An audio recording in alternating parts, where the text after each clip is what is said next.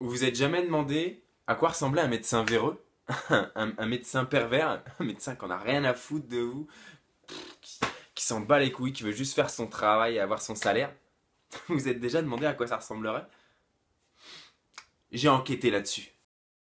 Bonjour madame. Bonjour, docteur. Excusez-moi de vous déranger pendant votre consultation. Non, non, ne vous inquiétez pas, ne vous inquiétez pas. J'étais avec ma secrétaire. Elle avait un mal de dos, je me suis permis de la remettre en place.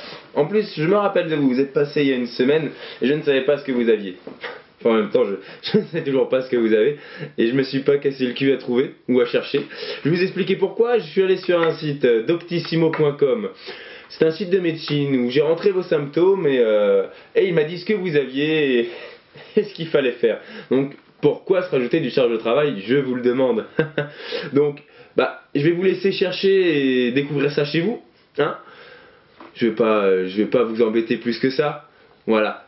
N'oubliez pas de régler la séance à la sortie avec ma secrétaire. Enfin, si elle est encore, si elle est plus dans les pommes, c'est bon. Bonjour. Bonjour, mais vous êtes Batman? Oui, et alors? Super-héros ne gagnent pas assez pour payer le manoir, l'assurance auto, l'assurance avion, l'assurance bateau, et ils me font payer un impôt pour le sous-sol de ma Batcave.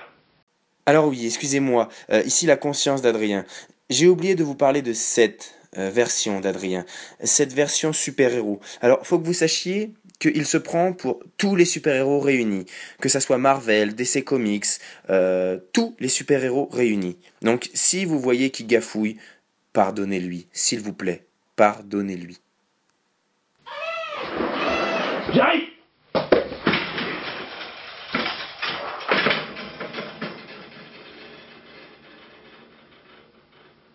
Aïe. Bonjour. Vous avez le test d'urine que je vous ai demandé? Merci. Il sent bon, hein? Enfin, façon de parler, façon de parler. Très belle robe. Un grand cru, je présume.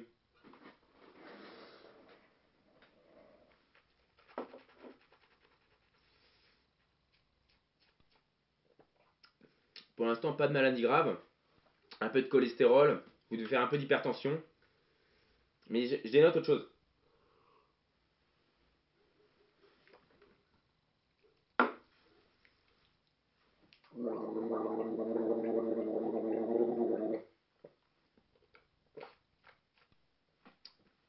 Ouais, il y a autre chose. Je vais vous poser une question. Est-ce que vous avez des règles abondantes? Est-ce que vous avez des règles abondantes?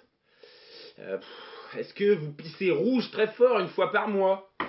Est-ce que ça coule? Est-ce que c'est fluide? Est-ce que vous avez les chutes du Niagara dans le calbut? Merde, est-ce que vous avez des règles abondantes? Oui.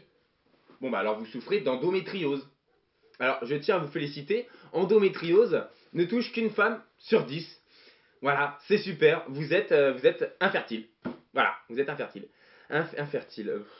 Inféconde? Inféconde? Désertique, improductive, sèche, séchée. Bah, stérile quoi, merde, vous aurez pas de gosse quoi, voilà, voilà, c'est tout.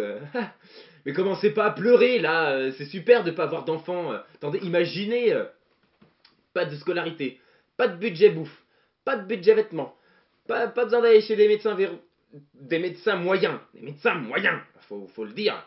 Vous n'aurez pas à acheter plein de Tampax pour votre fille. Pas d'action chez Tampax, pas d'action chez les Kinex pour votre garçon, on n'en sait rien. C'est merveilleux, c'est merveilleux. Arrêtez de pleurer, c'est bon. Oh, regardez, je garde le sourire, merde. Voilà. Bon, allez-y. Maintenant que vous savez ce que c'est, je vous laisse régler à l'accueil. Je vais appeler votre mari pour annoncer la bonne nouvelle. Hein, je pense que ça s'impose. On y va. Allez, allez-y. Je l'appelle tout de suite.